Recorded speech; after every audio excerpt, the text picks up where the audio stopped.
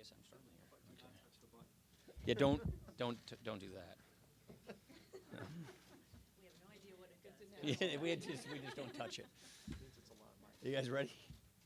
All right, we're trying to get ahead of schedule today. As of today, Congress has approved more than a dozen separate measures to take excessive regulations off the books.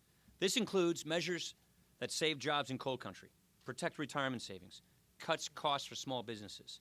After years of sluggish, pathetic economic growth, this is one way we are working to boost our economy and create jobs.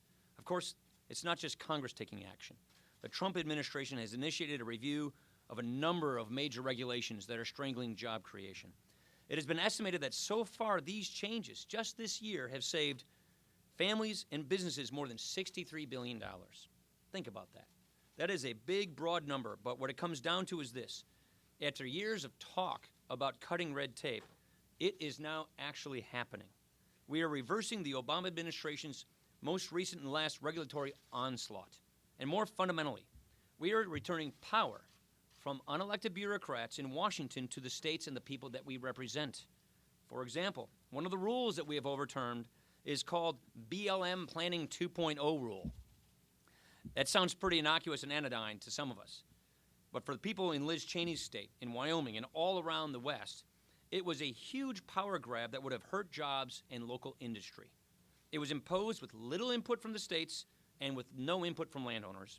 And it was another example of a distant, arrogant bureaucracy that simply just was not listening to the people. Ending the culture of overregulation, it's going to take more than a few months, but we have made a good start. And this is something we're going to keep tackling so that we can help this economy create more good-paying jobs. As the Speaker talked about, the President yesterday signed 4 more Congressional Review Act bills. These are bills that Congress has passed through. The House has already passed 15 of these pieces of legislation that are focused on creating jobs and saving taxpayers money. And as we look at the bills that have already been signed by President Trump just in these last few weeks, the estimates are that it's saved taxpayers and small businesses over $60 billion, not to mention creating tens of thousands of jobs. And that doesn't even touch some of the things that President Trump has done administratively, like greenlighting the Keystone Pipeline. That alone creating thousands of jobs and bringing billions of new investment into the United States of America. So we're going to continue working to make sure that we are getting more bills to the President's desk that create jobs, that removes the red tape that's costing jobs and forcing jobs to go overseas. And in the meantime, our members continue to work hard to come to a consensus on making sure we can get a health care bill to the President's desk. Obviously, we're not there yet, but we're continuing to work, and there's a lot of really good work being done by our members with all of us together so that we can continue moving this process forward. We promised the American people an aggressive agenda, and we're continuing to deliver on that. We are focused on the issues, on the most important issues that are on people's minds. And you've heard about the work that we've done already, lifting the regulatory burden that has impacted so many in this country. We've also passed several bills, healthcare related, that are going to improve choices, create more affordable plans for people. We're also working on cutting the red tape that gets in between the veteran and the care that they need every day. And we're not going to stop. Americans need a simpler tax code, and they want health care that's going to mean a better health care for them, no matter where they live.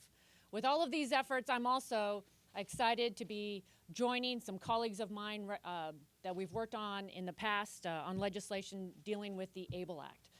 And several years ago, I joined with Andrew Crenshaw, Senator Casey, Pete Sessions, and others, and was very proud to get the ABLE Act signed into law, which is creating tax-free savings accounts for those with disabilities.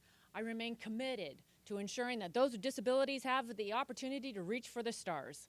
That's what we want for all of our kids. And this week, we will be releasing a package of bills, ABLE 2.0, that focuses on building on the successes of 529 ABLE accounts. It will allow individual disabilities to work and be able to put their earnings into an ABLE account. It allows for those that maybe have a 529 college account to actually roll that over into an ABLE account. It increases the age limit from 25 to 45. Bottom line, it means that all people and all walks of life will have policies that will empower them, not limit them. And that's what a government of the people, by the people, and for the people does.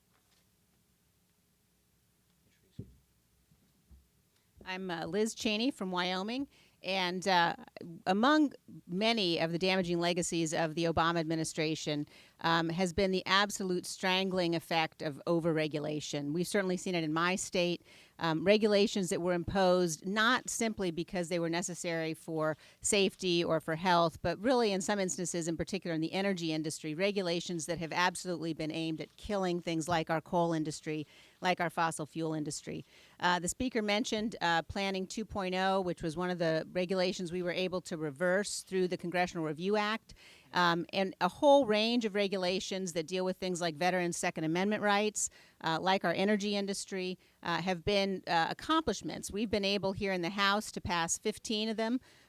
We've had 12 of them that the president has signed into law. And we're going to continue to work to lift this burden off of our economy, to lift the burden certainly off of small businesses and off of industries all across the country, and certainly in my home state of Wyoming. So I'm grateful to be here and excited to be here when we're actually getting things done. Thank you. Questions? Scotty, you got one? Nope. To take good pictures. Jeez.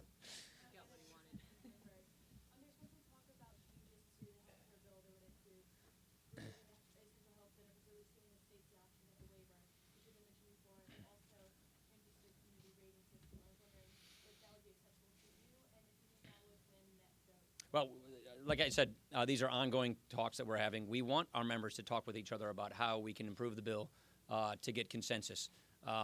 Those productive talks are happening. We're at the concept stages right now.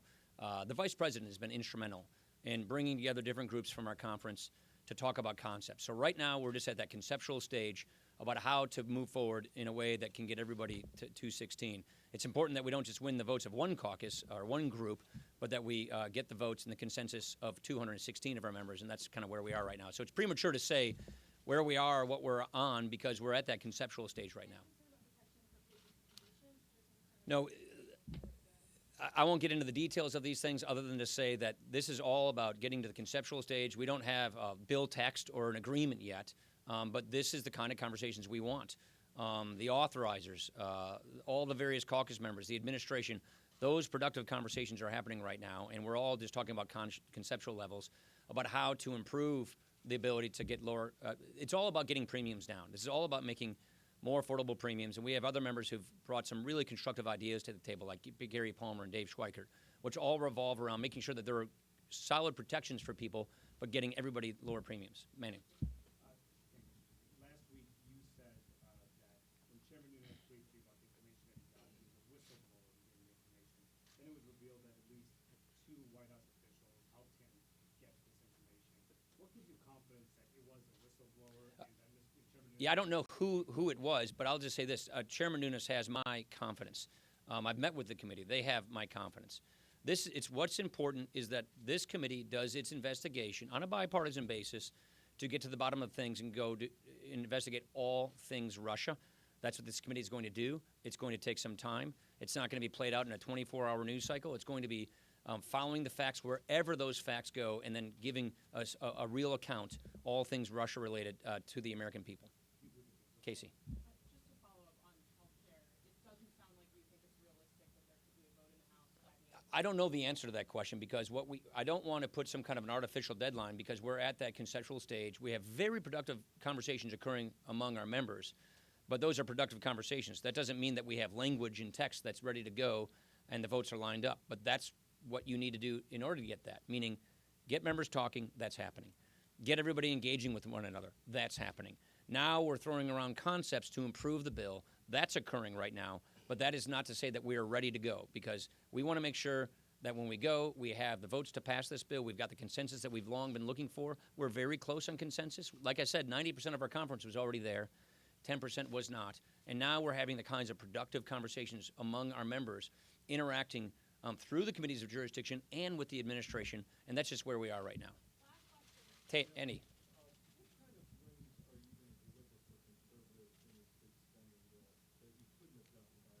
Well, the good news is we don't have to deal with the Obama administration on riders with the Obama administration. We have the Trump administration.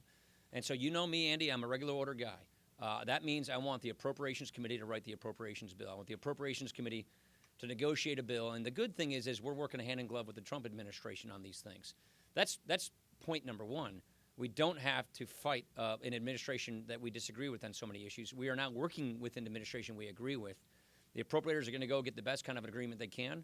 That's the way the process should work, and I anticipate we'll be moving on that.